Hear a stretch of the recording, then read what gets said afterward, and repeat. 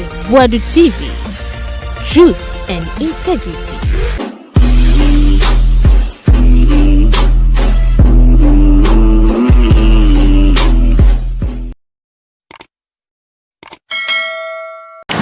Hunu saa ya tikroma ya so sonia mafo so obi asori a ni personal interest no de ye niema ya ba chia me asori no ya timetue sika de akokọ nkrofa account mama ya yi sika ne de akototo chese yes kataska na se ba ya utrezi kura nya de abehunu tie pot ye se fota se papa yo da wo TV su yi oyama CLOGSAG bebe se ho to wo mo no enya no no oyo odi ni interest nam fuwala baba bedu 12 cedi 47 pesos. Montika sikaso amose montiase.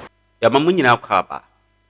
Ya best say or first time maybe I'll share channel and I subscribe. Ye nyina ye like video ye comment. And to comment section mo. Yaa Titi na afaya no. Na ose sesi ade $1 no. Na ho den aba fom. Hey, duada no pa. That $1 nam 10 cedis. Hey, brother Mahama. Oh, Mahama na to force ne. Dr. Siama Jomano. It was say Uko Porter. Oh, duty so to say who any engine I be cracker ba. Aye. Now CLOGSAG forces say, as a bamposi say, like anyhow na saying, Mahama appoint to be anyhow na saying, Yaa Titi so Johnny de Gunuso. Last week, Chairman Wontumi sufre Ghana for say, Ghana for Monsorio. Ghana for Monsorio Castle na Muntina Mahama, debut Wontumi no se or said intina, ye intina Mahama, etiteno. Sana Wontumi ka. Yaa Titi man reply. The guest in some man Wontumi reply. Na Wontumi, yes, what to Galamsi. Omba ufia ujana kwa yada no mpie ne yanche wamba. De obi ehun se wo nya hwe ne yache. Afi de wudwane. Wontumi wudwane. Sana Yaa Titi and the guest for Eka. Na Yamon Reme. Wednesday, starting issue bia. I think say I was a Ghana for ya me ni mu ne ka no kora kire ye ho. Most of times ya na me ka kire wo say o man na ye kikire no. Se wo ho to na me so me ho to ma ba bia be din. And no video be who wo Facebook maami bi o wa gbobloshia wo pan na nwa sa akofo gallon yellow ibi and wo pan Yaa Titi so na ye 1,200 say ye 550 me enya wo na abekira me say wo de na wo ton na wo say da so ye 1,000 wo say 800 no me meto me kwa akwa maami na o wa gbobloshia na makoto ne de 550 no nti wo de say wo say wo nte wo de so a ye wo cup of tea ye wo wasem ya Ghana for na kasa ne ye moaye ho yes sorry ye bebo abanye chia abanye bibi kakra wo se me no mienu so ye contribute ma de ne ye complete no na eya na minim Ghana for adwadifo epentam to de yebum fu akosoro sisi abehu adrava fo suban ene ya ntupa ya ntuka sika mu aya mpene edu sa ya ntesro sa adane manso ena dollar ya 17 no wo pase ya tie ne ma so agreed $15 no pasi atia na ma so agreed se na ba from no aya manso because nipa no so be kwa farm stock ye old stock so be kom kra no oboa old stock no waton awia akwa fa bia ba o so still na wada so gina ba bi ogina say stock no kofa ye na sign enti wo dia yero ho sa so until dia so ameme kwa me bisa me ya window shopping maybe say 1 2 3 4 5 at least me san kwesi 10 no manya de wo fom na matola me komi fie wo kwatira ho wese na wotwe mienu na wo all stock na wo klem se okofa ba ye nti wonte so no na da so sum ho na expiring date kana enye obi na betu for Ghana for ye kwadwom amuma ye nya window shopping bisa ha why eya den ya de wo botom no obenya ba bia eno so ebe soso no wato na akofie obi ani asem fuwala baba bedu 12 cedi 47 pesos montika sikaso amose montiase dollar ba ne na be 1090 monte so afede aboso kan for say it's not enough. You are the same people who make noise. Say dollar ne kosura. And a dollar kosura was here 2 year niamam. And a dollar kosura say who ko yi niama wo port wa. Tax no cry yante so. But say dollar no a drop into no. One said ya duty no sika na eba from. Eno kwa alone na no na memni na na esu man edi nkomo eno say kan wo mu yi ane bo aba from na me se correct enti say wo esu man ho na no ne kan no wate so a ana na mento ho me ha me ho aba beto wo a wo se wo kan no e na ye old stock na old dollar. Suit yourself. All right, quick one here to aso. And then the main issue ntia me ba ye CLOGSAG. Somebody should call Isaac Bampo, Executive Secretary for CLOGSAG. Say no pay me ne won komo. Wednesday no me sha se ni di nkomo ba ma hu sa papa no. Makwa akọ the gate. Aye ne ho investigations kakra ma hu se ye ni suban. Oye nipa bi a or serve or no interest and your CLOGSAG as an association no interest and or serve it. Here is a bampoy. And I paid ya maybe come or hang in our sort yes, me and some journey. Irrespective of my party affiliation, that is your own cup of tea. And not yes, what the barrier where you was up. But me momitrimum cansem. The man now no pay me who say Executive Secretary for CLOGSAG. Isaac Bampo. Wunya no kwafo ene say wa wo members ni bi kura nkomo omo ni bi adi kire say wonni omo interest at heart wo interest wo no eno na da bia wo serve o enye CLOGSAG as an association no na wo serve omo interest etu wo say the bampo e de da e yo no ni interest and wo serve enye association no amo amane ne ya adwene ya ketua bi wotimi capture wo mo members na kasa omo CLOGSAG mu no omunya yanka association no kura gu ama makwate foforo because adie potie se fota say papa yo oda wo TV su yi oyama CLOGSAG members ho to wo mo no enya no no oyo odi ni interest nam. Somebody should call Mr. Isaac Bampo say niama na oya no onyai because ya wuni subai me fa we serious biam. You see this man me fa ni serious biam on integrity wa my side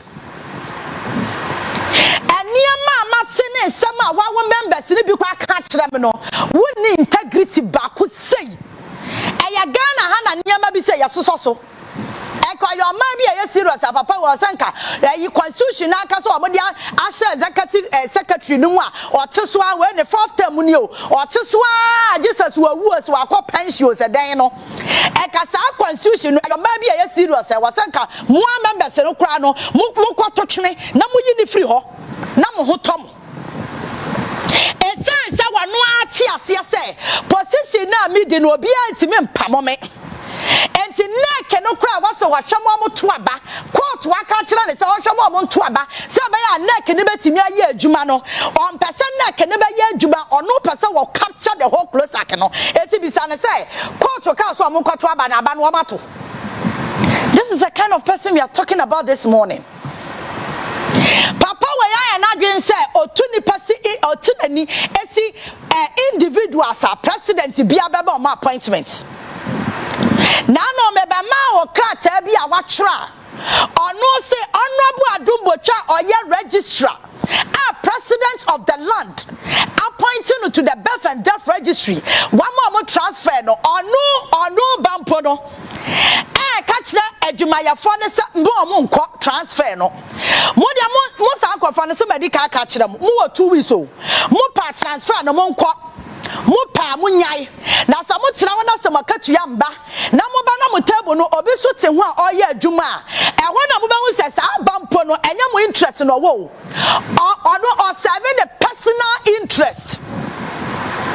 Give me the first letter where now no Wednesday letter na me be kan ma wo say ma workers ne nko no Friday or sign the full by and no or the command controller and accountant general. I mention what they na me kind ade ne ma now be with the kind of person papa we oye papa we actual letter akwa command controller me pacho na your the two sunie request for non-commitment of public funds in respect of Mr. Samuel Adumboche, the acting director of Birth and Death Registry. We wish, and I wonder why. Bampo, Kasa, I wish, and we wish, because I didn't know we members in it, that's a woman when yarding, plus like a 4 hours, that's a woman when yarding. It's well also catch on I wish, because you are serving your personal interests. We wish to kindly draw your attention to a suit concerning the appointment of acting director of Birth and Death Registry, Mr. Samuel Adumboche. The suit is entitled Godfred Ahene Nunu versus Samuel Adumboche and 3 others. Suit number or the Ashaho. The suit seeks to have the appointment of Samuel Adumboche declared void as his appointment breaches the Civil Service Act, the judgment of the Supreme Court in the case of Civil and Local Government Staff Association of Ghana versus Attorney General on 2017. And or the suit number. We have resolved as an association that the commitment of any public funds by said Samuel Adumboche may not only breach the financial laws of the country, but will also be detrimental to the country if his appointment is declared void or unlawful at the end of the suit. And to win him, as a Boadu, Executive Secretary Emma Closer Kachaka Controller and Accountant General say, Ma Controller and first Kabia Ma Adumboche our president our appointing. You saw document in the free on Yankoyanim. Sa Papa or ye nipabia or ye mamboya for. You know why? Smith Mame Mayan Tuntra Kwamame you modern Ghana for story no mo ye de fa papa we ho time and another dan kwaku fado no your president or appointee obi de kwa birth and death for that story no to so ye nyina ye be kan and you will see the caliber of person Isaac Bamprado is oni integrity sa papa ho oni integrity ba akokwa somebody should call him and tell him who can say ye nyina ya jere no e dump sa civil servant at one put the story there. And you will see, say, Enya Adumboche nkwa no ya na saade no, but make us our interest our beti ase. Enya we mame modern Ghana for story no. CLOGSAG or say that CLOGSAG kick against president appointee. Not just say Nana the Danko Akufo-Addo appointee obi kwa birth and death. To say the president Mahama appointee obi kwa birth and death no. And papa we ya sorry say nipa no ompeno. And ye dede no kika mu a eno be ye di kwasi se papa ne ye na dwuma wie ye adantia ye fra no wa presidency ade kra ye de ma no ne asema ye ka kire no de ono Isaac Bamprado no ono pe no nim ada no ka na no tu mu ma papa ne ye na dwuma wie ye koye eti me ka kire se oni integrity a wo beti ase. This is somebody I don't know how to describe him, but Mr. Modern Ghana, yes, sorry for papa ne ho. What kind story now ko si tira? Ube who say Adumboche no odi nani asine so no. Enye se bi a CLOGSAG members interest no wo. No. It's a big lie. And you know, opaso ya na ke your friend wo Jubilee House. Ne ane na tena se. And you say once almost start saade no. Honorable Faliso for su kwache efre wo mo ene o mo kwatena wo Jubilee House ebo nkomo ene obeye di kakra menim se sika no akwade awio ya mani sika so nti na ne bufu yo mentimi ho media menim you and I were not there by your friend and any di nkomo and I know so obi amani sika because anything wo pre no other na 2017 dia no ye di oye de pre ya your friend no ene oye di kwasi se papa na Nana Danko Akufo-Addo appointed no as president and then the call ho no papa ne ye na adwuma koye and Adumboche ebe yi no se president Mahama appointed no and onu ko yi sa papa ne free office ho eti be catch you say Isaac Bamprado e woni interest na anya CLOGSAG interest no wa you understand right mama catch now obi amfra obi aso ma wusika Honorable Adumbotwe ebeye na juma as Director General for the Birth and Deaf. Won't asia jaya juma kwatena fie. Won't asia Executive Secretary now we for CLOGSAG no jai. Me want information be a me pesa me dem ba Isaac Bamprado so woni mu a the most important thing was say we ma members and na me be ka kire no. The last time me ka kire was say ade ba ko pa and say we who dede wo krom ha me Yaa Titi meboa wo me yes dede na me the pressure to President Mahama so e ma kwan bia so sa dede no nko ade e was so attend to it. I never knew crisis what jais are dead and important no and ya to one do when you president appointee so Friday where you from the calls were back and forth why were members no crowd was who did some hunu why were members no wama was who didn't kwasem because idea here so we no and ya no na wo ye one more no accommodate one more person market yakra kwaye what one na wani abre adumbotwe so papa we na agin say won crofo bi obenya enkono na was ye mo appointment kwatena a certain position etu ware na say adekoro ne mba na watu nani asinipa ye do baba betena ho no so oba frustrate wa ye fra no ne ka bibi kira na ono hwe na oyo okay a na afi waje akire die kwama me document no 2022 die no when any agreement here, CLOGSAG, any another danko ekufa the time and now NPP wa ba mu no, wo mo koye no mo ye demonstration. E wo market ya ho. Na mesra wa 2022, 24th January 2022. Or said Memorandum of Understanding between the Civil and Local Government Staff Association Ghana CLOGSAG and the Government of Ghana on new salaries structure and other conditions of service. So fast I document no so don't waste my time. The National Executive Council extends its sincere appreciation and thanks to all members of Civil and Local Government Staff Association for the massive and positive response to the recent call to embark on industrial action in support of new salary structure. And the way I am commodia course between CLOGSAG and the NPP aban way 24th January 2022. And money aban kwaya agreement on how one buy salary structure and yama CLOGSAG members. We aban adwuma yefo. Wamoya sa MOU we ye no and a strike action a wo declare ye no. Wamaka so obi ankwaya adwuma and Isaac Bampo akwatena afie. And what there's another document where 12 July 2024 and also a communicate. The government of Ghana, represented by the Office of the Senior Presidential Staffer Advisor, the Ministry of Finance, Ministry of Employment and Labor Relations, and Fair Wages and Salaries Commission, on one hand, and the Civil and Local Staff Association, on the other hand, met on 12 July 2024. The parties showed commitment towards the resolution of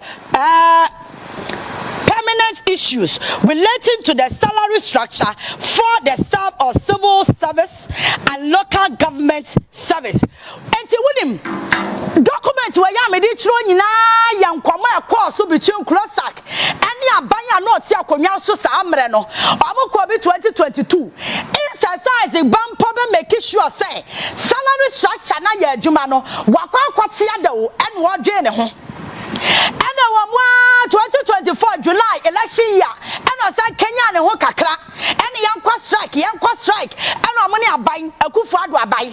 Acquire agreement, and the agreement no moya no. Now I was January 2025. Salary structure no starting a year Juma. Somebody should ask as a bumper say, I don't know the interest say.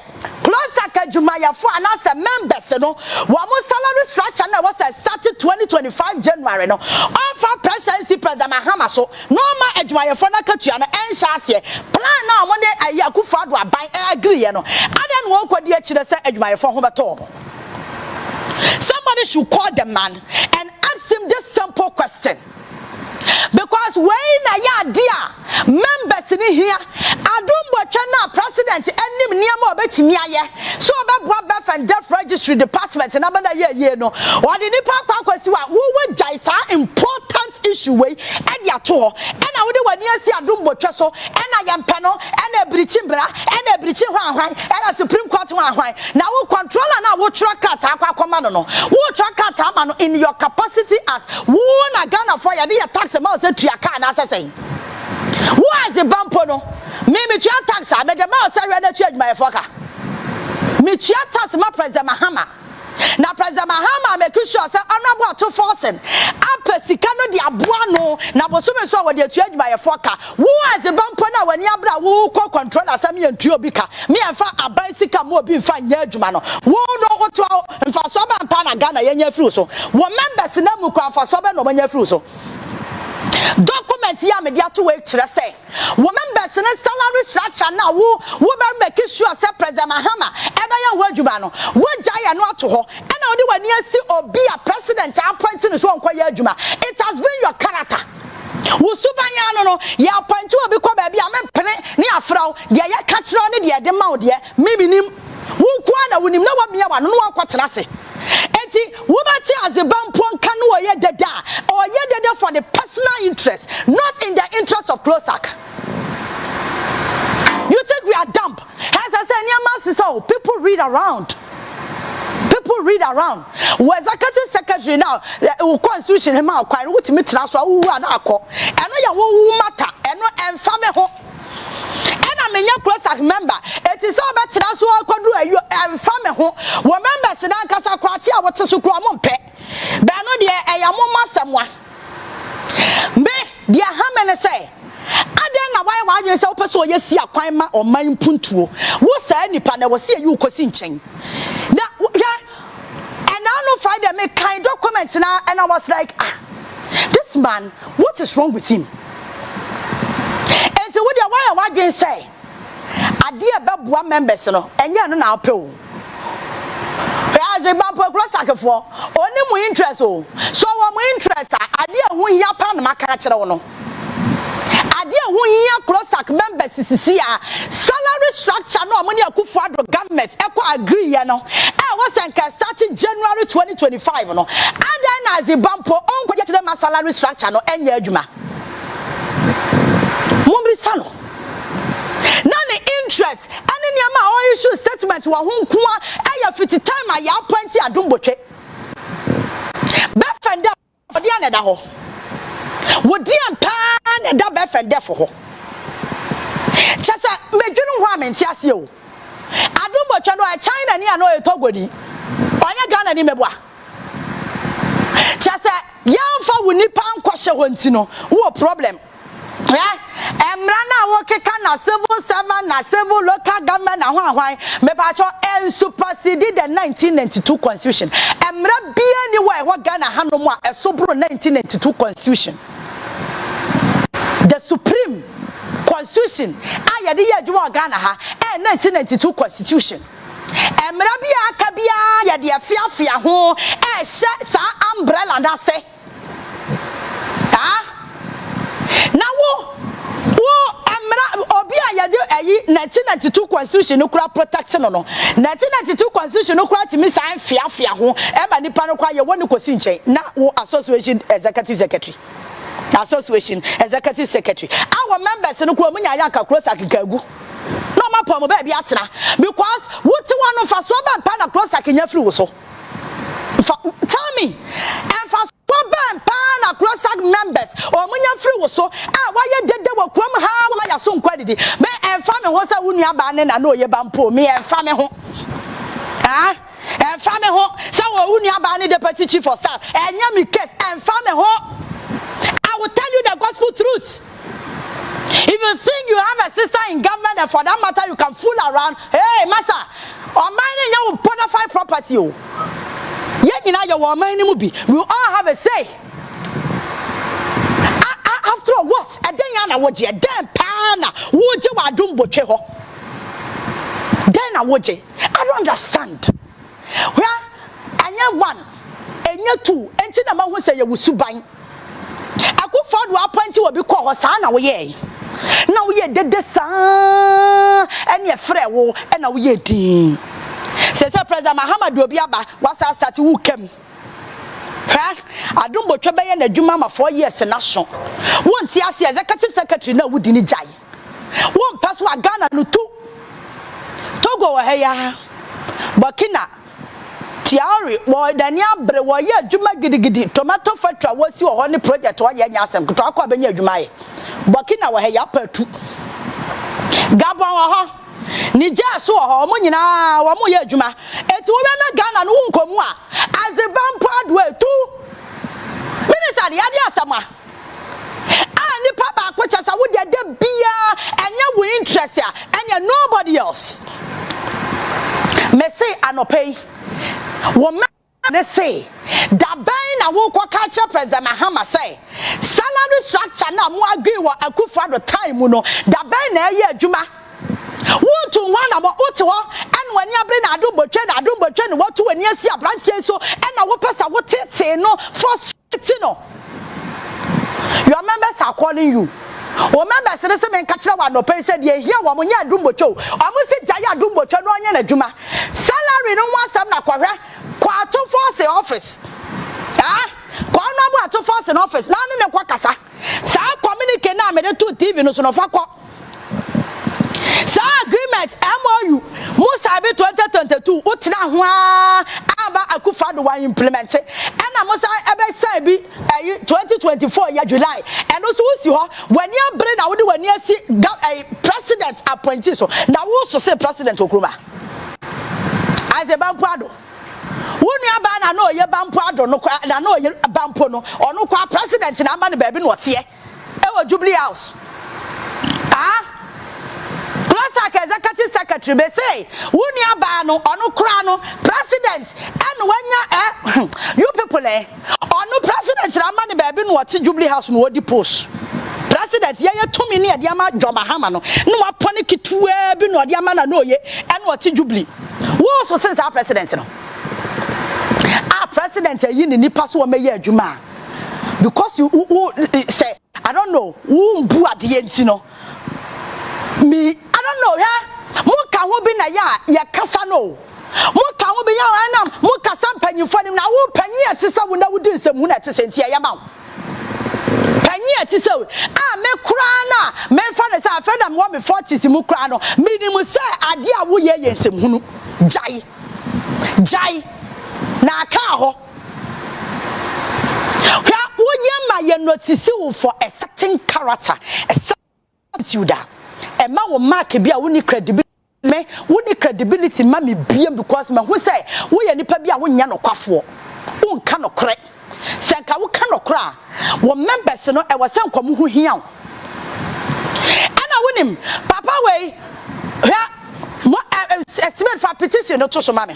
Men kaya no na fe yenko phone lines and so. And no na betro ni suban your team. Ni suban. Ono nipa be a no and you forget about it. And you no kwa. To CLOGSAG na si wanu kwa de sabu bo CLOGSAG for sikam by heart or de sabu bo bom sa. Anyhow, where your petition are CLOGSAG members, executive, acting treasurer, and then the fries, extra ya the fine who say or de sabu bo CLOGSAG for sikam by heart. There was another petition. Achina ya ba about to also make sure that petition.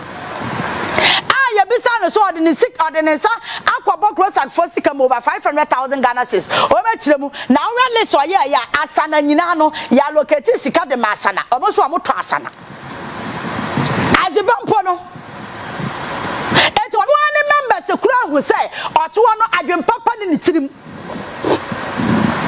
no be association aye nyina ye ne afa serve ye nyina ye interest at any point in time no wo interest na wo serve na me CLOGSAG members mungudu na mukọ for me de na munyi obi foforo why na association amukọ register enkofado omudi akwa akwhyem ayete say ayi ye ka na say GFA say na amukọ ye GFA akwasi na atachi mu ka say aban bia ntimi wura because amukọ register na omudi obudi hihye mu no sa na bampo no wo mo ye ayi CLOGSAG enti CLOGSAG na kwa say ne bona fide property and what they serve on the personal interest and in the interest of adwumayɛfoɔ no.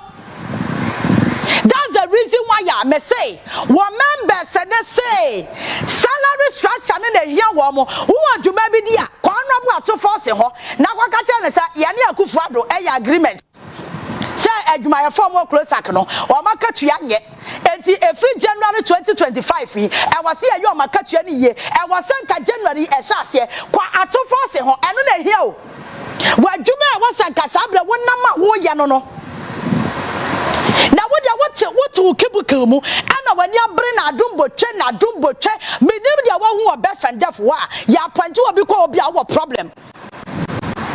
Minim interest and I mean him do ya to. And I mean him nipo our best and deaf for why I say one in a year canana. It's yes a sandy panel at all costs. Wunya yanka and I want to say what jump near what Mutino. President to be a bar, sound of our and also be homophobia alcohol. I don't body what you. Now, association now democracy ultimately do some boom. Now the idea pay your petitioner, not one sideline as a treasure and then California. Now what yet association? And your treasure and Quest Castle.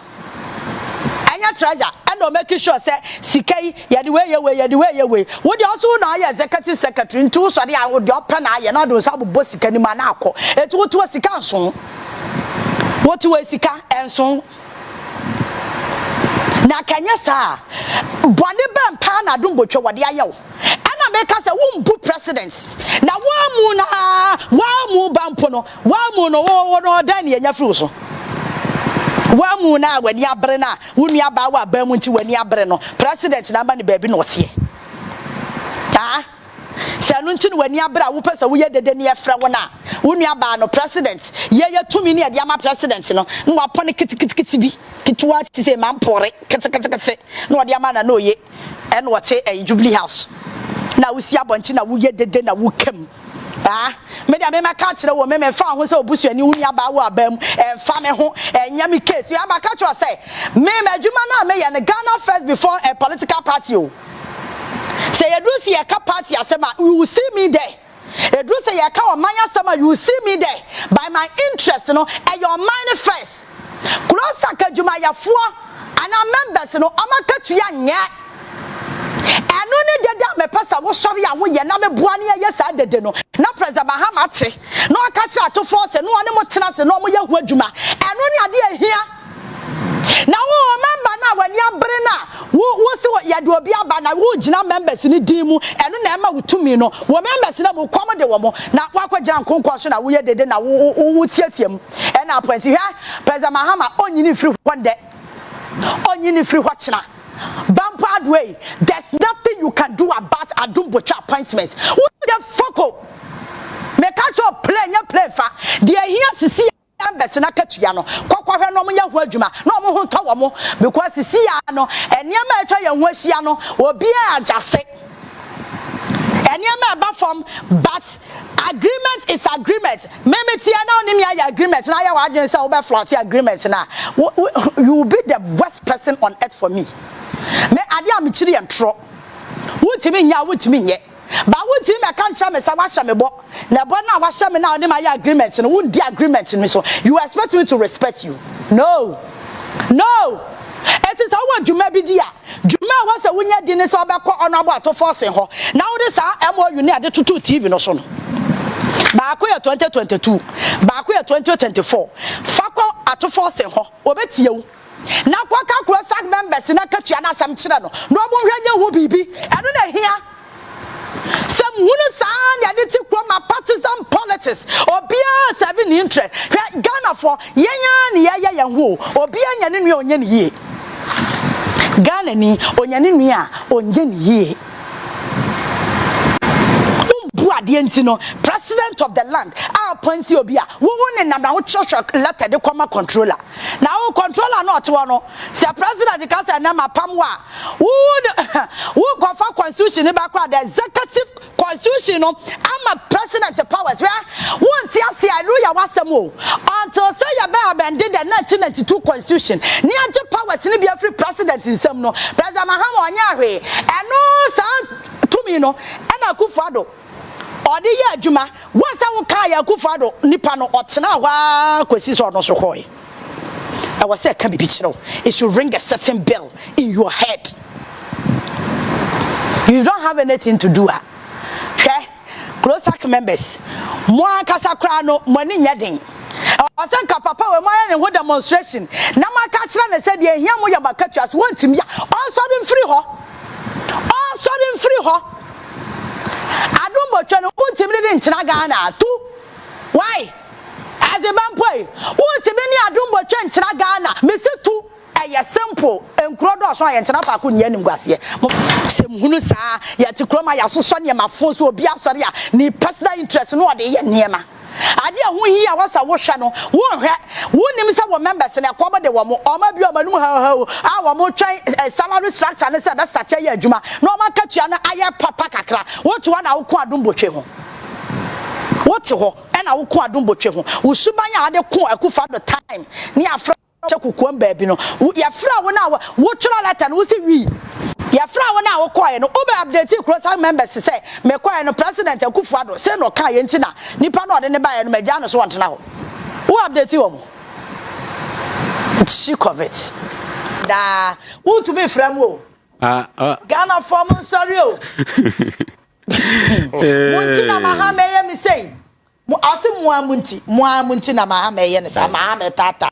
Ghana form sorry na mo be koma no menka ho awunka ada onya Ghana ni ye Ghana ni a ono this can no di wo Ghana di mu ye che ye mame ye dan Yankopon ase se odi na ba sweet 16 fresh ni hu twasa anapabo so we na profo bi hu omo buafu omo comment ne obi ti ase so ye oya obewu twa omo pen down for no me so omo bewu am yes yo enyum bi o say yo pese oba me yi ase no ne yi ase na me franto ma na de amrado what you say yo pese obebo eyi VP eyi ase no ono sani pakoro ne yi ase na ye be franto ma o ye kura nya da ajun ko franto ma omo be fra ma be fra ba ne abunko se abodi ahye Yankopon enu onyam enti meza so echia esisu biem se mechia ye mame and then you were coming back say waba abeka yensa no obebo adwumaden ediata His Excellency John Dramani Mahama echi no ama Ghana for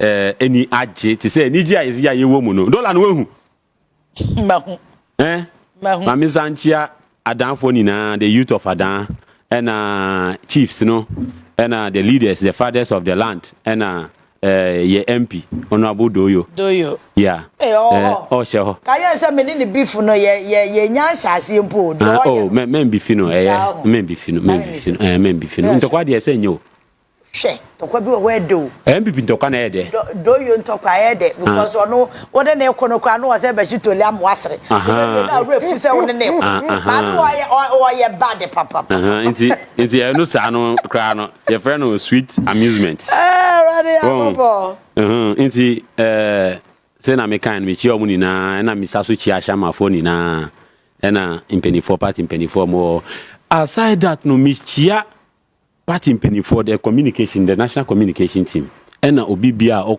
to sharing the good news aban no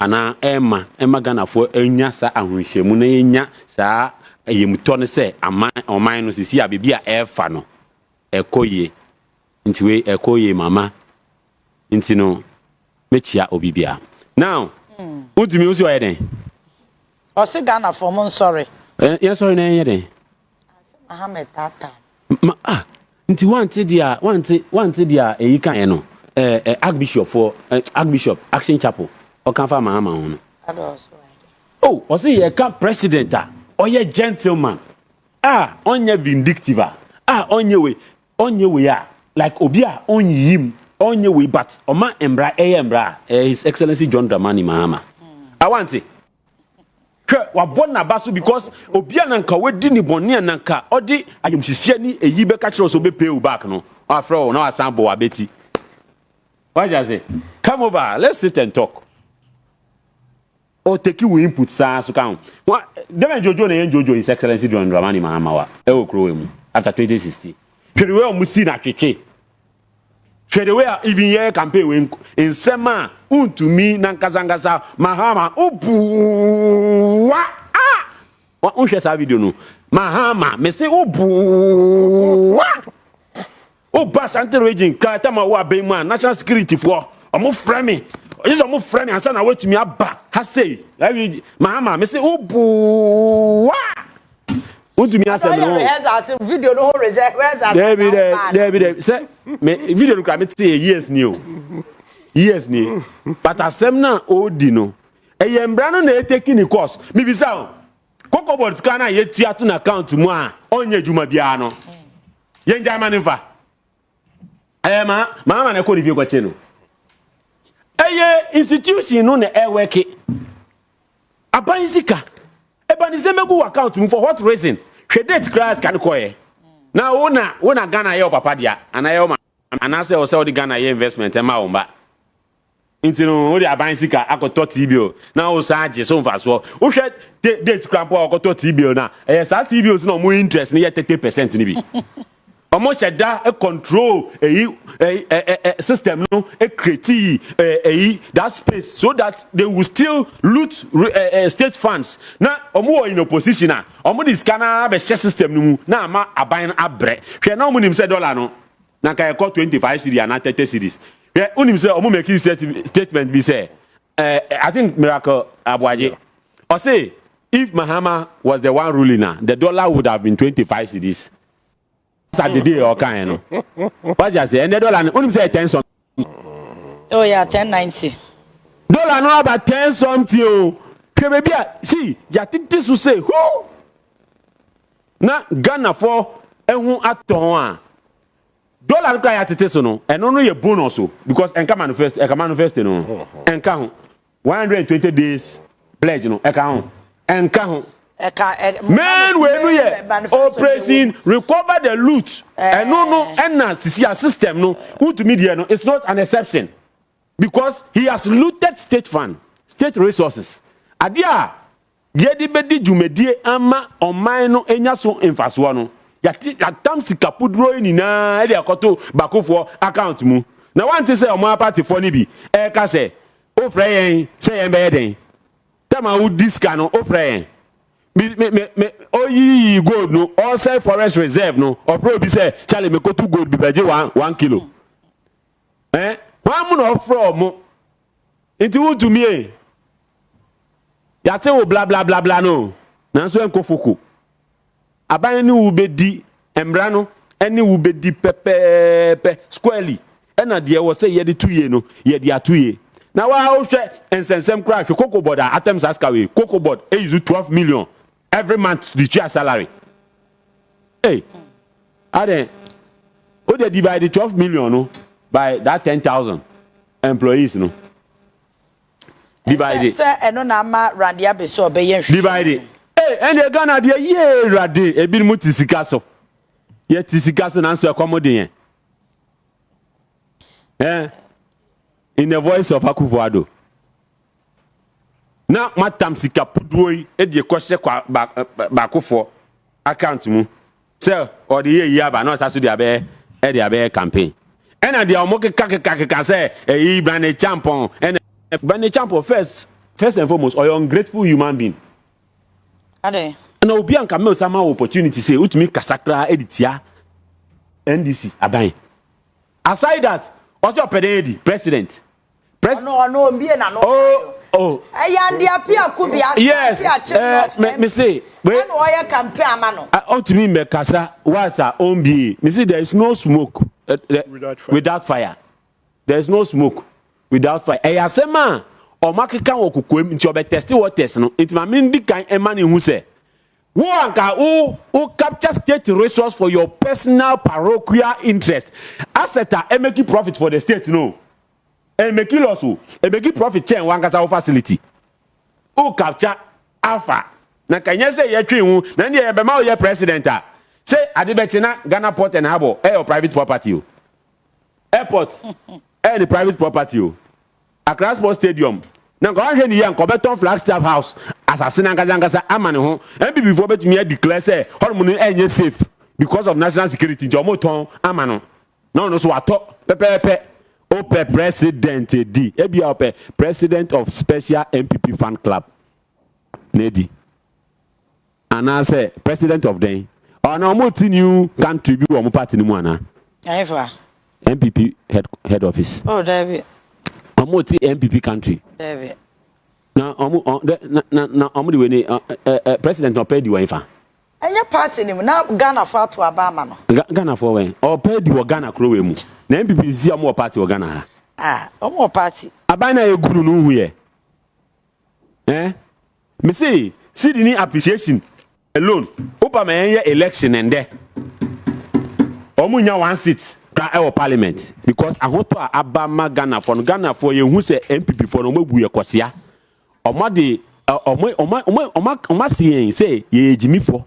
Sana NPP for ka kire because ye de oman de ahyem nsem na mo de aye business e di sika na gugu mu botom e di jimoni moni mebusia nde ye hu rota mabeye na ye pese ye si anokwan na Ghana for enya so emfaso a na o fresh Ghana for yen sorry ye ntina His Excellency John Dramani Mahama ye o say then o ye man yeah.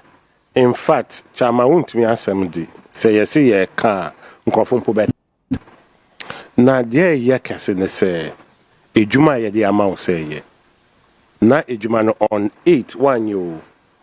8th of January ya swear in president president no eti akonya so na chief of staff ama order say mo bi anya payment until ye hwe ne amamu na on 8th of January na deputy head of Cocoa Board assigning for the payment of 50.8 million Ghana cedis at the amount, which I think say deputy chief of staff na was say no so it be saying the reason for endorsing SASCAN Emmanuel. And as can OG and so no no or ye cash of 11 million and a 40 million so or the koto 33 million or the koto treasure bill. Nature so no crane scan na on here. But there yensu ye bisa no or deny ye. Or see 1G payment biya. 1G payment biya na deliberate NDC government and a person saying it in the NPP for almost sorry against the NDC government. Meanwhile, Wajiska, also what control. Or a dishonest person. Because Sauka say Ujiska is as a result of a Juma Uye and a Ujiska. And no, you bet mushroom, I can say Juma no one yet. One, you bet mushroom, I can say there was an order. Said no payment should be made until same opinion for actual books more. Until how come say payments were made? Those orders were hot. But once I'm trying to say when Jiska be a mean Jiska an inti and an intelligent unit decided say on be freezy na account. Now police are invited to Obaya. You police to me free. Who drive a police to me stop? Now I check it be no I can say call. I know who be no question. Police are frail who say won't call. Who you are above the law. Police be in her better man from police be an on to action. Police are from one call. After the BNI for call say omuka arrest who came. Who friend uncrofu yembeji wo jomame pro wo hwan ye say yembeji wo meanwhile usuban e na call society winya.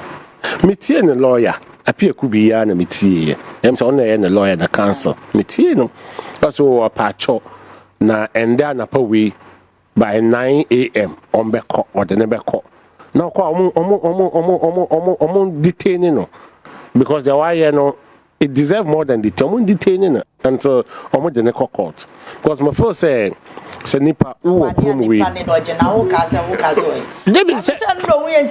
not dodge because when you some Friday weekend. But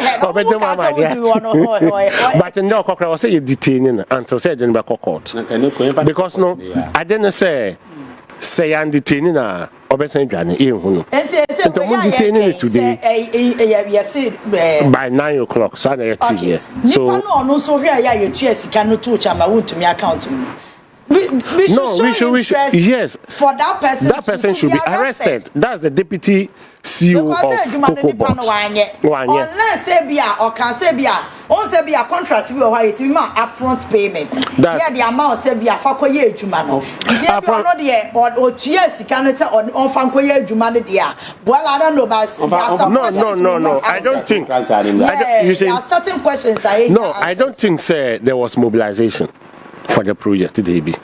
Any mobilization project. Okay. And then Tina Yapesa Emmanuel Ray, your friend Emmanuel Ray Ankara. Okay. When you're deputy CEO, no. And Tina Yapesa, omo arresting na or the Ukraine bed and ever back out. Okay. And I was say arrested. Even I expect I say, oh no, your first person should be arrested. Then Wontumi follows. Because on no any payment, Wontumi and yes. And the danger is that man right? Yes, Emmanuel Ankara so anyadi because the instruction said no payment should be made. Now yes we're in way on 7th, not 8th of January. Now what affecting this payment? There's a criminal move there. And there's dishonesty there. And a disobedience and so on. Because you should have respect the orders of the chief of staff. But my order the following day no why is that payment? So to me first say Emmanuel Ankara no should also be called. Now young question no. On what basis and your payment, you know? And why was that payment not made long ago? Until say new government you know. Even you swear in a way, you know, Nicodemusly, you've made this payment. We have to find out. Because we are not playing. Obaya, what makes me happy most? Saturday, you know. Saturday na my junior sister flew car from La Paz Airport Tema. Could you believe La Paz and Tema used to be 20 cities? Now Omoji, you know, 15 cities, 16 cities. In fact, many years. That means there is a 4 cities reduction. And I endure so my uncle Bako air call committee 25 Duenya. Normally Omoji 20 cities, sometimes 22 cities from the station. And draw from Omoji 18 cities. I think there is an improvement. Ghana is working. Journalists, we know we are stomach journalists. Oh, Muka say yes, sir. Buying cry na kruma and sir. Petrol, entimin buffer.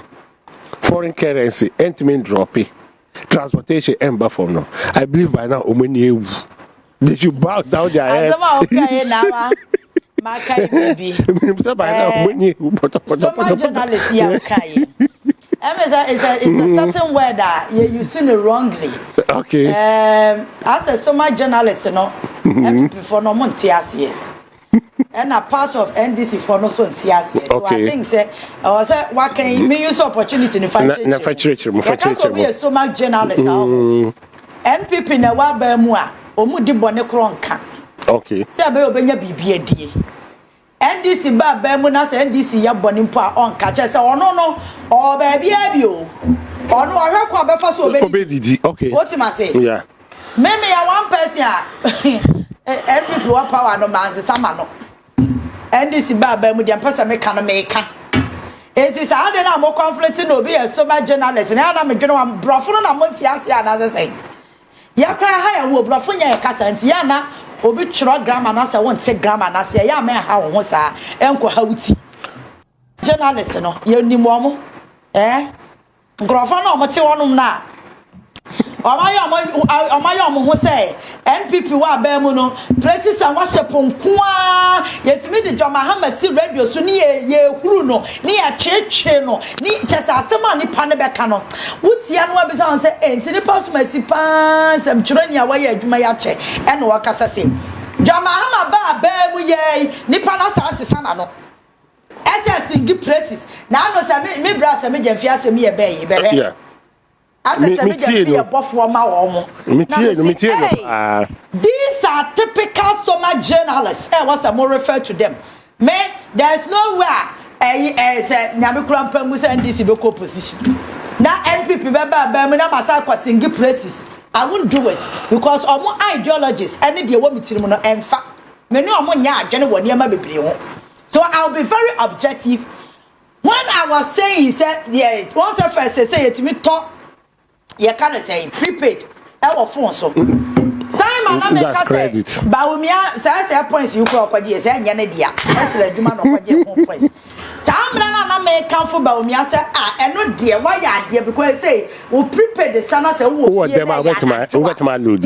I was all that you more dear and no make can dear Omanti Oba Mimi Hunu say Omante Oba the anya na me kan no and no mo tey na me didi Baumi atem Oba don't you think say na Ghana and any echo because yenya mobile money under the NDC. Oh, let's even assume yes. any time. Okay, so no problem any time. But now Ghana na any yes, because I was a Minister of Communication. Na no. Anything about Ghana is working today. We thank God. Now yentie the Brian Echampom so eka. Brian Echampom mitie and then I start you. Your presidential. Yes. Oh, first time meet is about 2 months back, and I meet here somewhere. And or testy what test or tested grounds. I will say they respond. Now, a lot of people, most of the about 3 or 4 MPs, are supporting, including Hoops in Adoye. Omunina is supporting Nebid. Yes, is supporting Nebid. No, but you see, Senator Brian say I was all there. Said that my NDC. It was so who say NDC is selective, and in Tina because oye good, it was software design. No, yet to me the ejuma emma regardless of the political color as a then. Emma today we're making millions of dollars at Oscar. That is what now expect NPP so. Obi a oye expert regardless of the color politics. No. Provided the person is good, give the person job. We've done that. Or continue under His Excellency President Mama. That's 2013 echo. He continued. Today, you are one of the richest men in this country. Based on who you good are, I first say who you good they are. Who president? Me mom D. I don't see him say it's a presidential material. That is my opinion. Because of some of the utterances were not friendly. Yeah, hand it over. Yeah, was say because why you Juma were American Army before. And why you Juma American Army as a cook. So you thought say as a cook. A cook.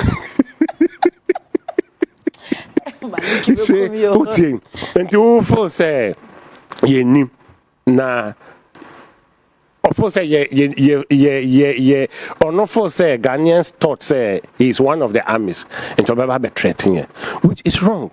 And the utterances doesn't sound like a leader. Leader don't make those utterances. Yeah, hand over and there, yeah, hand over China. With a due respect, it's a coward talk. If we are man, why didn't you hand over? And Kobe Jan one phone about to airport just say Yambeji baton no and most of the statements were not friendly. Okay. And I believe say as a then onim say so opportunity no or contest for flag bearers because in politics no oba one thing I noticed that nobody overnight take a decision no it me for many years but so who say avenue kakra ebiepe once we push in into that decision in him no has been there since and to him said that decision has been there since no you should behave well not to be making reckless statements that are sound to be as reckless as treason statements which I think say it doesn't augur. Today, we're not president. We will refer you those statements. You kind of. And Tombra on board, we have litany of some of the treason statements, reckless statements, and some of the behaviors. And the issue I was to West Wagon as a deputy minister of national security instructions no my boys no call proper call full a call instruction my hoodlums. That is what Henrietta Bones would describe as hoodlums. We have them. So we are waiting for him.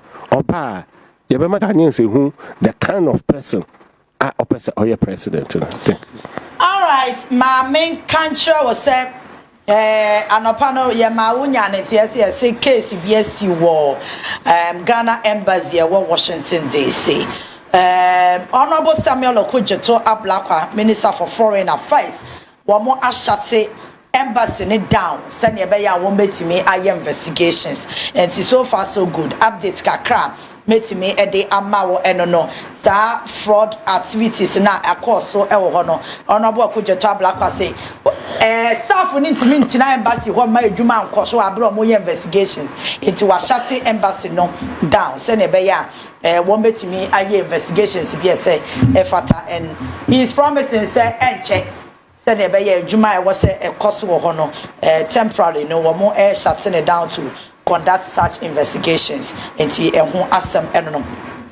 All right, Roger. Yeah, share Chief Justice. Yeah, sure say we call courts. Go Supreme Court. Oh, had no do. Oh, I say had no. When him say Ogun in the out. I say one who say lawyers be that your sorry name. No. Oh, ma kweshia won kukuom baby meeting bi o ma. Na me ka se me fa topic ni malaka. Wo ma kweshia wo baby na de a wo ma koye ne epo a wo ma bono. So mo eto aso tena committee no so enye yie. Enti e was say president hwe no you am even process no kra president ye no kra no yemfa ayin to so yemfa injunction to so say be ya president want me to say no more ruling it out more ruling it out oh are they oh I didn't mean fine injunction to so listen to no go Supreme Court he say Supreme Court on grant now offer injunction to president so any committee ni nyina o mo ye adwuma ni nyina na lawyers ne judges dey mo ko hia wo ba bi sa ye dey so the law is the law. The law is the law. Go for more slogans, pal. And now the Chief Justice will come.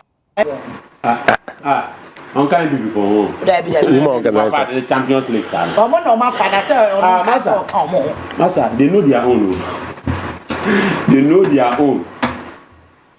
Now, they are not ye, then I just say, come.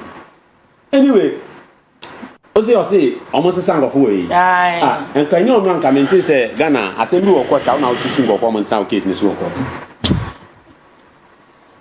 On trying cross and our provision our constitution in one. A man is out to me. A man no can't there be so bias. Ziano, or not to miss rank of an dream. Emma Moose on bias. And I said, why you be or feelings on message almost course. Debut. Most sometimes one will be treatments. Now say Nibakono etna in a position and I say in a place. I was say, what do you ask a man? I know we must show that because you might not have treated the person fairly. Why does it? It's only him say the person will meet you squarely. It's no on only case na day because I will court no and I say embremuno. Bibia opesa we diana and na ma obi opesa wo tu embremuno. It should have a constitutional grounding. Debe article and across any old constitution in one. All the cassette, yes, it's uncle for no work in this. And I say, a man to me say, offer injunction and to their president in a Miss Amu, a Evia, na ya senior comrade, CEO of a NPP. Yeah, lawyer. Also want to resign. Now, oh, resign. Yeah, starting football match, I'll see a Mobium. Now, say what on castle very resign. And now we're resigning. Sometimes I resign. They say, in very case, the Ghana for how the judicial system, the independence, the kind. What I say, you say, you're reinstating the public trust in the judicial system. Guess we, and John Dramani Mahama, His Excellency John Dramani Mahama, ni interest. Case way, NDC ni interest. Case way is the interest of the average Ghanaian because share Afro barometer statistics now. Or say the public interest in the judiciary was as low as 28%. 23%. Mami bisa. Ana fo anje judges ni. Omo jamu ni onanga zakra no sisi ano pra posi obi o betina case no no na say obi o betina no case no so anje ni. Anya no ka. What you already planning to be bias? This is an microscopic lens. We are saying. Maybe excuse me to say, Obi will run more die. What you say? It's say the whole Ghanaian populace are expressing this level of unpleasant, in the judiciary system. Who president? No, who am I? Who am I? The president is just carrying out his constitutional mandate. He has been petitioned. You get it? And the context of the petition requires that president ever follow due process. No, a man petition man room say obeka say me ya na me new petition essay or say or comply. The president is just like a conveyor belt. Anyway woman our case here and Ghana for the only way here the state and then Ghana for the Ghana for no we the lovely people of Ghana now I want to take contract anyway all those British procurement British near hey now yet your mind no mind now my bad that time the kind of politics are money bad yet it's a castle now so come there Ghana no hear my Ghana hear my and no hear my Massa political lyricists promise and fail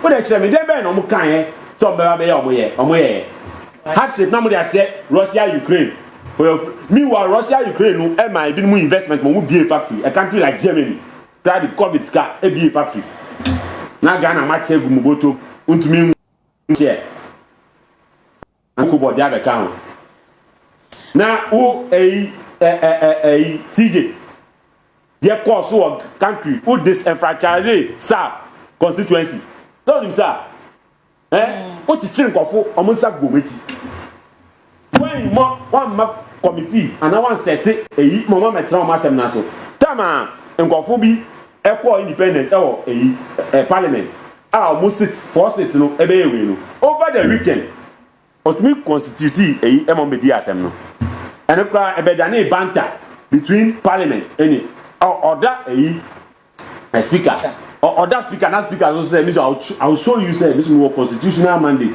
now you if say speaker na no matter na masa suppose me come on no matter share speaker me feel speaker na vim no so no so meeting boot for boot I say call parliament or something call it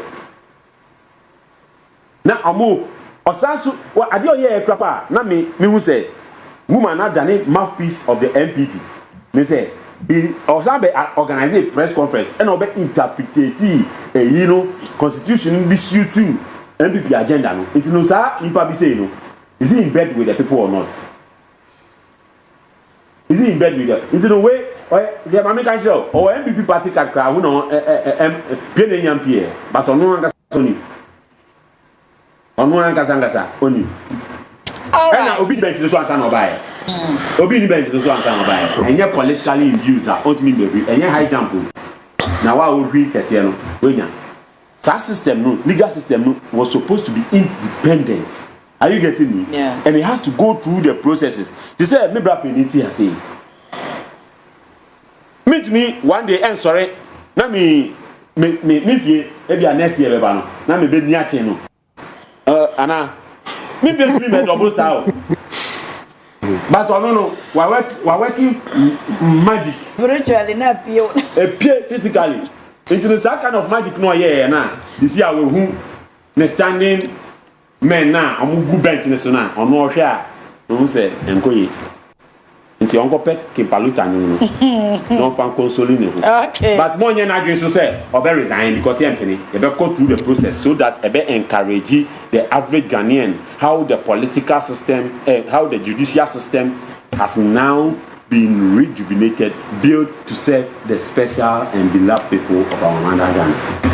Ebenezer Motor say when they bring Bright Champon, they will get 9% in the 2028 election because he's a wicked guy. He will come and collect all Ghana legacies, including Senate properties. Okay. Omar Mohammed also there is nobody that NPP can provide. Hey, that's a comment. Not also a jump. I say there's nobody that NPP can provide to again. Okay, I think I mean Obro for now so to be better when I don't know. There is nobody that NPP can provide to again win elections in this country. No more. That's coming from Omar Mohammed. I say Ebenezer, I say Mami, yeah, please, either you like it or not. My boss Wontumi will buy the Chelsea football club. Ebenezer, I be careful. Be careful. I say prepare the second. I say yeah. The stomach journalists like Jandam. Bright Champon was a petrol attendant in U.S. Army. He was a prempe. Governor, I say I want to find out from the NPP lawyers what set of procedural failures are found in the process of removing the Chief Justice when the President received the petition. All right. I said, those who are making and disturbing our peace in this country bought their certificates from online universities without schooling. They call themselves lawyers. These guys are a shame to mother Ghana. Mame Ketua say anopay or no so shame. All right, Malik. Baba. One baby. Somewhere causing na efi Mame Araba. Suspended Chief Justice.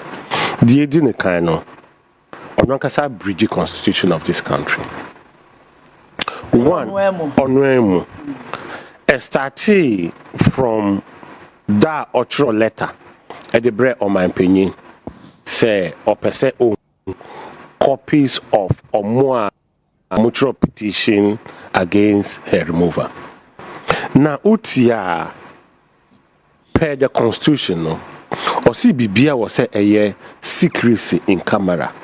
The framers of the constitution in their wisdom omunyansa mono omunim say nsem ne bi wo ho no enye de emma public enti no yenye no kukuom de ebeya ye be solve asem no na bonten phone ti because omuti a ebetime lose confidence amomo because omuno ye de omu kan yansem enti nyansa omu ye constitution de two ho no now we let na outro no one wa copy ama eyi Ghana Bar Association.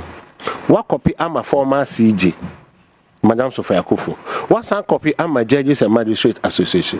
Did you can wobu samrano? Number one, no, wobu samrano bam.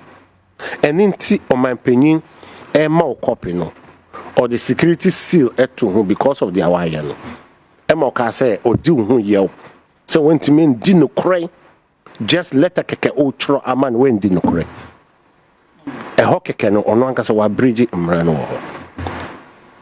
Let's go back. Even some no for 2 minutes and come and some call back to the Empress. Na nyama bit to say a no and on one casa fast spokespersons. Have a MPP phone. And a Casamano, a Japan man's a when nam radio. But more can no more guma mini ni mase. And no more for me nimpo say. Mammy nimpo sawa man and mammy no contract. That was judicial service. And ye can ya one in ye tea for Martin Boda. Send the money young mampo. One more contract. I saw your name says, what do a mind seeker chat? And me do hover. One man, my contract, conflict of interest. And your own ye who call holidays. Ah, why'd you leave? Oh, yeah. Why'd you leave? Who call holidays? What for you know, mammy, who couldn't know mammy not to us? A bicycle, once and two allowance account. And yet, you could cause to cry, anime yanti.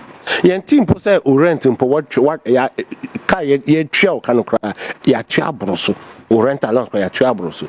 Hey, buy now, O refined the dasso.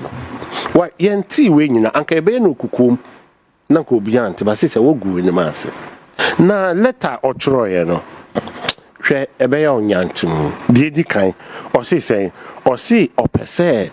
nsɛm na yɛdi afa no ho no ɛmba bedwam ɛmbrɛ TV so obi anya de obi anhwɛ bi na ɔbaya ɔno a ɔyɛ lawyer panyin a onim mmara no a mmara no ɛka sɛ ɛnwɔ sɛ judge bia no yɛdi n'asɛm a nkrɔfo ɛbɛhu anombɛt a ɔno yɛ judge panyin no so obu mmara no sɛ yɛndi na ɛmbra out.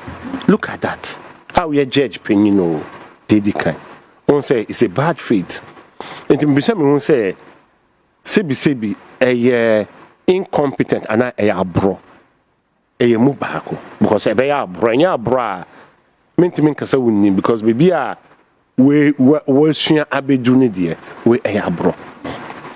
De to so mi no wa ma o see judges bi yen yi omo judges too na emumu baako etna case a yedi a efa no ho na because nora edima petitioners edima other people nantino obetime di etiano na eno ntino yenyi ne fimu oba obegie di say utie ye wo judge bi a original NPP candidate e wo hohoi olusiwe no na kofado di no ko share Supreme Court na ye case baako mamu we de ntinemu and a title sorry ebe raise only my word don't go there. Where do you see no don't go there at all. You are going there. I think today you are going there. Oh, where do you see my name? Don't go there. Don't go there. Where do you see my time? Yeah, me to me video no man ma hwe betime sermon. Don't go there, but you are going there. You should know better no. Yeah. You are going there. And then another relief also MIA there. Or see yambo eyinungu suspension na o man penyin suspending no. Or person Supreme Court ebogu. Non come back to nejuma wonko ye ejuma. Mami. E was say CBC obakase ka on dream ho kakra. The kan constitution no ema o man penyin sa 2 minutes. Say opa when you opa on you nothing change opa on you constitution man 2 minutes and a 2 minutes so no and exercises change but then ye nyina ye ni o man panin ye adwen if you say o won chen hwehwe nyema oye em ka hwe o won chen hwehwe nyema oye enti anko man panin jawa and ye nim ka de be koso but to me any the more penny o man penny say opa on you opa on jao no man penny share there we here na we acted in a bad faith and lawlessness no anyway then o you but share there we you see court in here court mbogu suspension report mbogu but onim say e be the court amamo ko Lucy just this Friday the more Lucy side the same case you we asande by no yen fanto nche wa sande akose even pono omo nye non judges na ye fa omo no o man penyin enyi omo sa ni patre na eka ho nye judge ma o man penyin e mo ntna board no so you don't pay the constitution no it allows for only 2 judges and a 3-year non judge will be o man penyin pe bia and then order baba my chief justice say enyi omo mfi ho na board no kra yen twam kra ma yen di na asem Oba Charlotte say unim ne bonya yedi no bridge procurement bridge keke otifie wo procurement bridge wo ho wo conflict of interest e wo ho wo bad attitude e wo ho wo professional misconduct e wo ho eno krade yan sheda nchranchoko wo professional misconduct e wo ho ansana wo another criminality the fact that una opti say yentua opese yetua plenty no yere no bibia one okay mom allowance on kan and na OTDC Friday no ebe here was it Thursday or Friday o convert ho no o de ne yere ni kunu ene na mamie no ena ewurum ena security ka se dabi ye wonko an sa na mra no ekire ena eda ne he wo gate na no hwe eno mponu no eda ne he into san lawyer you should man ye incrani amebuno pa ayi kweotu na kweotu e plead say oh mpanyimfo with the pouchona mede mamo na me client obi o nyansa so no kasa pouchona mede mamo na me client no say I say why you confused mpo enti ka mepam acho na nka mo ama ne kunu ene na ma aba na ho ena a panel no so respond say oh we a lawyer opinion to say ya yet here wa woni mra no kire say ono nko a woni na say ombra say so ya bridge mra no so so woni ansa na iko to suka say mat wo say no kasa ye ba wudi huhu ba eno mpo no hwede esiye enti no eye me ena me ye Madam Araba anka early stage I let an buy na ye de mama no e ho na me chiro say me resign because me to enye entama me bu ni secretary no pa your friend say Palma bibi Pamela or Palma me bu secretary no papa ohun say petition no start here no say no I didn't yeah entima me tokan o kan obedum so yeah entima me resign because I didn't yeah entima resign enti ho and then I expect to say see the bed on the super because we yeah but what nasi ama ye didi oto ye ni ema nyina e pie baako o dan kra ye twa abroso rent allowance waje abroso ye yaba police ni unim say dey be administrator as na ye me ya ACP assistant commissioner of police oya lawyer disagree with verdict amomaye ema oka say he disagree. Absolutely, the judicial has not been fair. Where they share before no say, "Omanya fair no." Instant, who command the police? Is that how they do? Some judges, lawyers misbehave in the court, but judges no warning or more. And I say they will sanction you by suspending you. You will not be in the court for some time. But who instant you ordered the police? Emma ye be swano e de no got 2 cells Emma odemuma aditinye. This is the woman we are talking about. Even Ghanaians in him story I can you wow be brenti me can be brenti petition no or dey asem no ko e na wona say no oh yes Emma aditinye and another one menim say oti workers na ye pam court high court ruling say for 1 year new year fa omo so what pam workers no or say almost say workers no e suban bia enye but civil servant we don't sack civil servants we sack civil servants based on incompetent stealing other things who what pam omo court to omo ko win case no omo win case ni we no still no form omo motifie in all aspects that woman doesn't deserve. All right. In all aspects, she does not deserve to be there. Medase,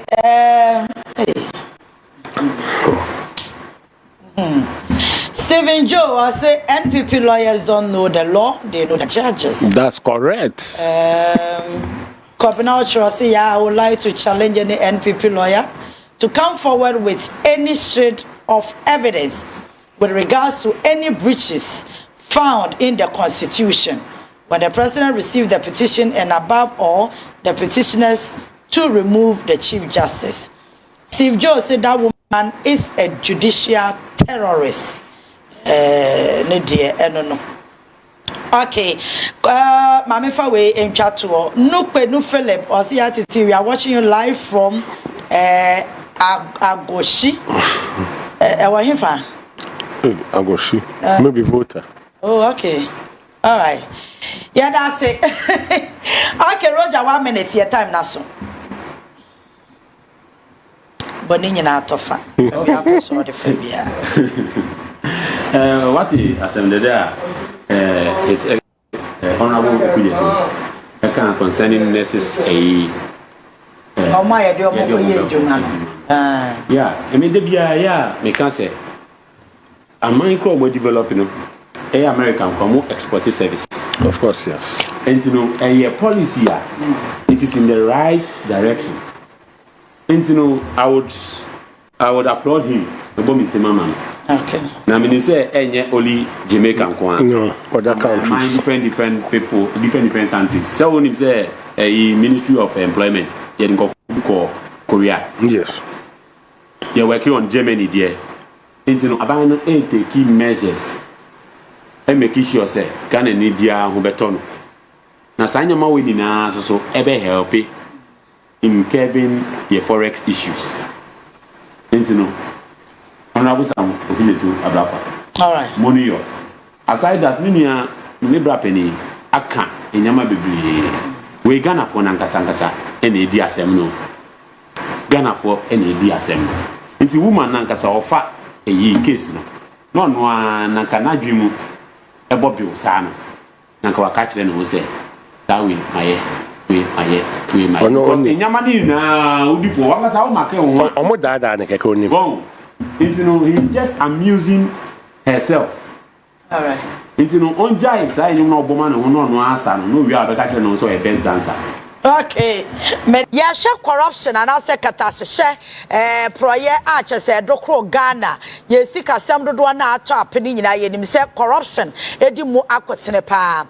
I think over the weekend na ye Rwanda abe oye CEO edi Ghana Cocoa Board. Che se ohia se oye investigations adan ya. Wo hwa sume ba ko pa bia ye the $12 million and the tuye adwumayefo mo Cocoa Board ka. And it o suspect se se and Crophobia will more around a bear to send national service the year being some of what you pay. That's as a for our home. Senia, yeah, corruption as an issue, no, the Ababa Biasika, ye involved, no, a boom, no. Yabana there, are we making a headway at all?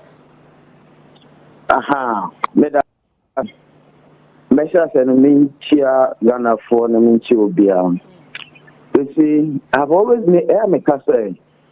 Ekoya ewo your biggest problem air corruption. Because omo at the help of affairs. Because internal auditors so omo auditing doing routine work they don't really make it public for us. So we don't actually know what has been going on. So, for example, we National Service as American. This thing has been happening. It's so many years, but we don't know. Or when there's a change of government, then Omaka say this and this and this has happened. So I agree with Randy Abe. Omunye auditing, whatever they have to do, investigation, they should do it. And they should make it public for every Ghanaian to know. And they should be sanctioned appropriately. Because your problem in this country, he needs a better fuel, as a Kababo said. And so, Obi $12 million to pay salary. Where does it go to? Our problem is corruption. In this country, we have so many. Let me read you some story in March. There's even shortage of cocoa beans. The demand is higher than the supply. And companies cocoa no are processing all this country, but cocoa no. And people are smuggling. The issue of galamsey is there. So this country, there's so many disorder, so many corruption. The public don't know, and all this is taxpayers' money. So people investigation, also many investigation, and people should be held responsible because corruption in this country called Ghana. That's plus Osha and here for Pana Emma Okunwe Yentimi and Koyanim because more technocrats are more various institutions mono near can one seminas even if the politician and the technocrats no and the executive because more in charge of that database here can yan tackle issue no free hefa. Okay, I think the issue no also started from strengthening our institutions. Yes, strengthen your institutions such that whether political party A or political party B in our power, no, our institutions can function very well. You see, because you know how the thing goes. Political party A or the name crop for Baho. So the issue of loyalty comes in. So you're more loyal to the people that put them there rather than country now or someone serving. So I said we serve personal interest aside national interest. In our institution, so the constitution that we are reviewing, I think the institutions should be strengthened in it, because if Cocoa Board will be strengthened or more independent to do everything on their own and not serve the interests of people, I mean, we put the nation at heart into you know that this is not serving the country any good. And people should be held also into punishing for their loss to the state, almost causing that loss to the state. Also into punishing so that it will serve as a deterrent to other people may take it to our position. Because if you see, everybody knows that, okay, then I can also do it and go scot-free. Also, first, I think also strengthen your institutions, so that the institutions like YOCO, CID, like SHRAG, like Special Prosecutor, those people can investigate these institutions without any cause to alarm, without their leaders being changed, without people being intimidated. Our institutions must be strengthened, because they are strengthening institutions now. These things will keep happening and keep happening and keep happening. So let's strengthen the institutions. The institutions should be independent, such that. And one thing is that your President Jomama has said, so he is going to partner with the anti-corruption crusaders, because if the anti-corruption crusaders can also come together and hold national dialogues, I mean, hold institutions accountable, hold internal auditors accountable, I think that's the way to go. These internal auditors, they should be able to, the government should set up, also are set up in this anti-corruption on the presidency. So the anti-corruption crusaders should also have a representation there, so that every internal auditor, after reporting to the auditor general and reporting to your boss, it should also report to the anti-corruption crusaders, because they do not have any interest whatsoever.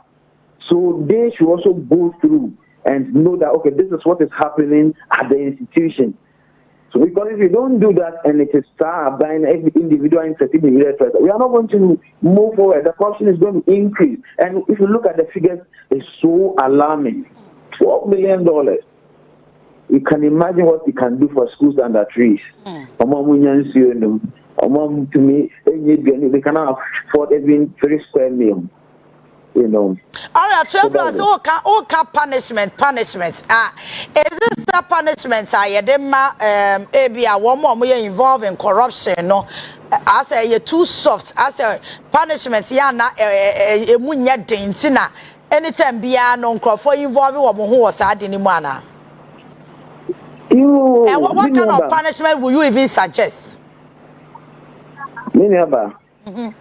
Punishment, you know.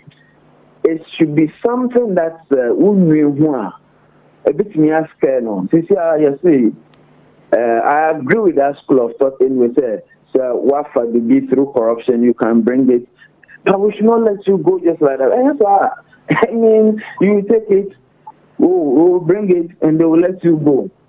It will not deter people. So there should be more firm punishment. Okay, bring the money, but you do communal labor. You are supposed. There are other jurisdictions where let's say you will be tasked to go and develop a community. You will be responsible. Go and do something. You have to serve the community.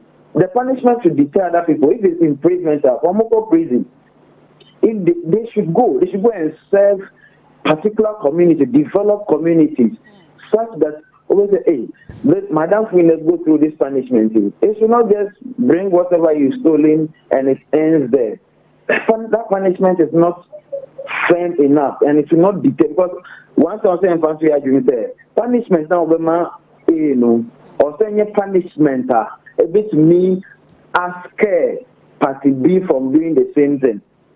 Oh, the woman is just any normal punishment, like bring the money and go. I agree with that school of thought, because we need to get the money back. But there should be like 6 months community service. They are tune up enough for go there, identify a problem enough, solve it, make it visible to all Ghanaians, and come back. Then we know that okay, smooth way or yeah, when we didn't enough or call to make or establish it tomatoes farming, or cabbage farming, cashew farming. I'm an indigenous now, and you have so much land, and you have so much produce out of that 6 months now. Of course, everyone nothing. Then I think that you are helping the nation, and you're also serving you're also serving the punishment that we are giving you for stealing from the state. All right. Theophilus, my found rap politics more kakra. I don't know. Says one follow NPP from thank you so to to say as I started campaign temo we started in Crawford din remu standing for flag bearer who say it's too early for them and now say opposition there that's the way to go. You know, NPP issue, you know, they have to first solve their internal problems first. And are coming to present something to us, because I've heard so many candidates and debate out, but the grassroots, those that omubufu na omankoto abanu, and I said those omubufu na omkotuma NDC. What have they done to build confidence in those people? Say, okay, we are coming, and we are some different people coming. We apologize for engage also with too, but when they do their things well, present themselves well, they will get the neutrals, and then those that are not willing to vote, okay, then they can be a formidable force. All right. Theophilus, Papa.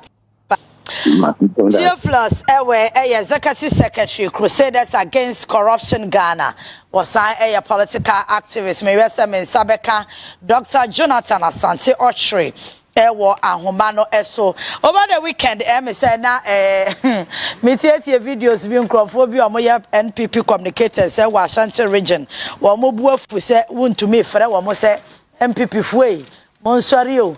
No nyane sika ne nyon no mu ne di yenti ga so ofre ne maame ne papa na ofre ne yere ne maka wona me se na mo party ne anya asem no ofre mu a mo ama se atwa mo ho betwa abone dia na chese asem no na aye bibie wo ho enti ase emu ache efa bi egina Wontumi achi e na efa bi so buafuo e na mo ka se owo bi obefre o mo ofre na busuafo ne se bia ne namfofo a because ono mo na the galam says he can home dear, and as he can also cocoa board at Yamana 1 year where you must guna council or the be a quarter to treasure bills and ya de as a chromady and confor any amount. And confor any amount, the Abachami is very yet me treat Sikadia Coco Crofa count to Mamma, Yaki Sikana dia cototo, just yes, Kataskan as about Tracy Crania dia Behuno. Cocoa board. Yeah, see where ya, a book, Casusoi. Mo hu koko bodo mobo